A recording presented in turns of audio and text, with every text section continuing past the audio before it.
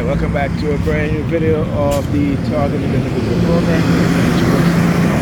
So the New York Predator Department, are you leaving now? Oh, tell me you're leaving now. You do the hand signal. You leave? Yeah, I know you're leaving now, right? Yeah, I know. That's what they do. They send the perps. You know? Send the perps. Remember I talked about he used the color. Using his brake lights. Alright?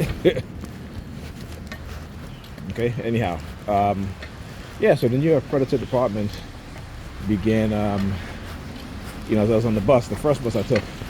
All right, I got on the bus, and as the bus was driving off, they drove down using their lights. Right? It's so funny. Then we got to a few blocks down. They were parked up again at another bus stop using their lights, have their lights flashing. You know, then tonight they sent a Hispanipean, right? Hispanipean sitting across from me, targeting me, doing these hand signals and shit like that. I think I showed you, so it's funny because as I was getting on this bus, and you guys are gonna see in the footage, the one before this one, you'll see that person sitting down take their headphones, their earbuds off out of their ears, right? That was her.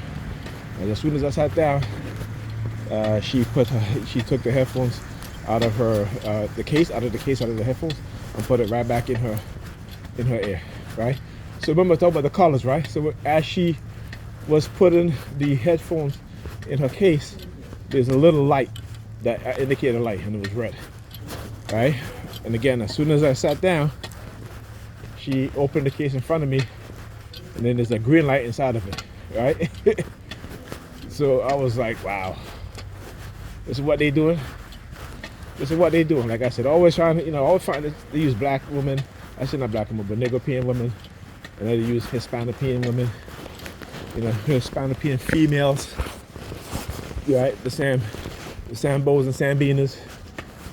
All right, to engage in that sort of rhetoric, the targeting, right? Use of colors. All right. So again, engaging in that sort of behavior, and then Pam too. Again, the kids home again today. So I told her, I said, please make sure the kids get to school tomorrow, and they get to school on time. Which I know they're not going to get to school on time, but if they get to school, then that's fine. But you never know. All right, okay, with her, you never know. And she's telling me, oh, you don't know me and this and that. I said, yeah. I said, I know you.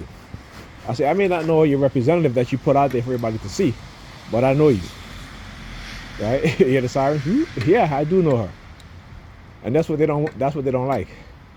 The fact that I do know her.